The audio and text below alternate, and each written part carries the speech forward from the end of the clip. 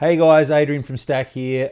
Today we're going to be looking at the new GMaudio Clipper 2.0 and why we might choose a clipper over a limiter in some drum and bass production. We're going to look at some percussive hits and why we might want to use it. So let's take a look.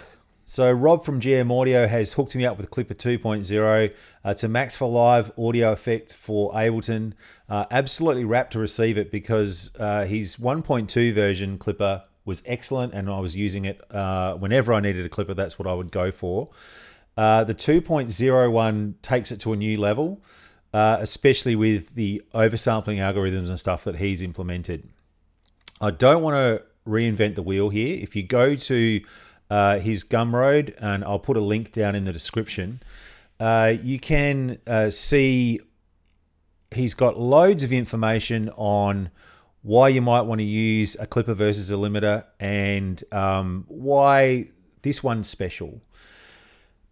Basically, in a nutshell, it's using stuff I have no idea about, but polyphase FIR delta oversampling. Finite impulse response is what FIR stands for. Sound impressive? I don't know what it means either. But if you want to go have a look on Rob's website, as I said, you can go and get to the links to all of the information on that. The main difference between a clipper and a limiter, just in a nutshell, is effectively that a limiter has a look ahead function. So you could almost think of that as a tack time. It's going to follow the envelope of the sound and start controlling that.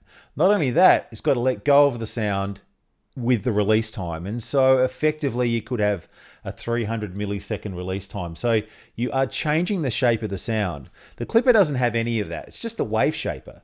It is literally just going to bang, do its thing and let go of the signal. It's effectively going to chop the tops off pretty much. Okay, so I've got a really chill drum and bass track that we'll have a listen to now.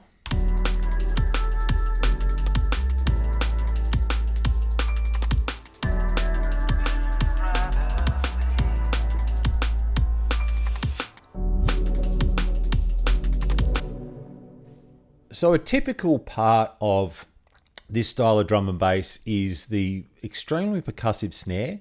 It's layered with a rim shot. It's quite a high pitch. It's very transient, very sharp. One of the things that I might do to sort of attain that sharpness would be use something like, say, the SPL Transient Designer, for example. I'll just pop that on if you haven't seen that before. Cool way of being able to just give something a little bit of extra attack.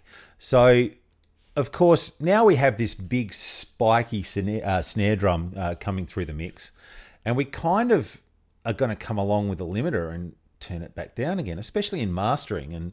And sometimes those sounds can lose the impact that you want them to have.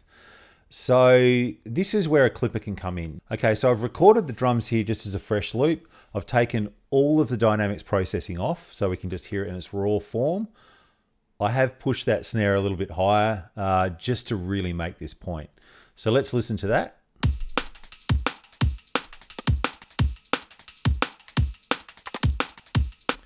Beautiful.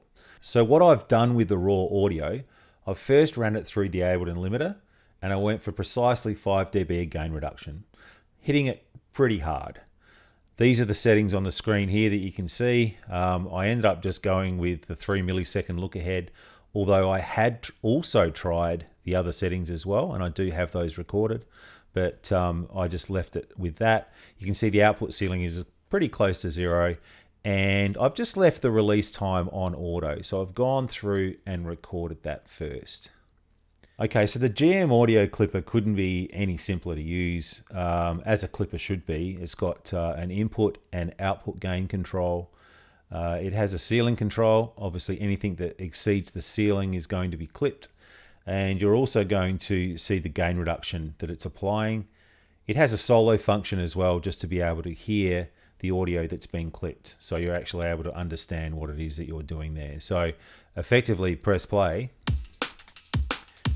Bring your ceiling down and you start to see the audio there at the top, and you're actually able to solo that to understand what's actually happening as far as the clipping goes. So that's it. So all I really did is I adjusted my ceiling control until I was getting 5 dB gain reduction. I adjusted the output again just to make sure I was getting close to 0, much like the limiter, so that it was a really good, simple comparison between the two. So I'm just going to solo between the limiter and the clipper so that you can hear them both in isolation.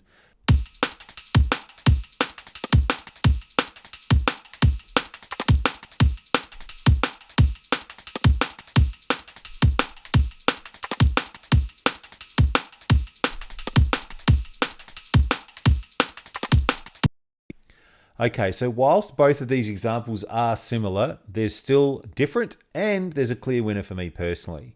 The limiter just has a slight dullness to it that I don't like. The transient response on the snare itself feels like it's been manipulated a bit. It's almost like someone's thrown a sheet over it and it's suffocating a little bit. It's just got a dullness to it.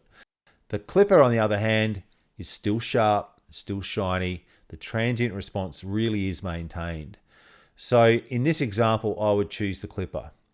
Why are we doing this in the first place? Just to reiterate, we're generally trying to gain some more headroom in the mix. We've got these really loud percussive elements that we kind of really want to have that snap, but they're taking up all the headroom. We might want to sort of just calm them down a little bit and compress that loop. But of course, then sometimes when you do that, you start to lose the impact of the drum itself. So a bit of a balancing act. All right, people, that's it. I'll put the links below to Rob's site. Thanks to Rob from GMaudio for hooking us up with the clipper. And ta-ta. I want you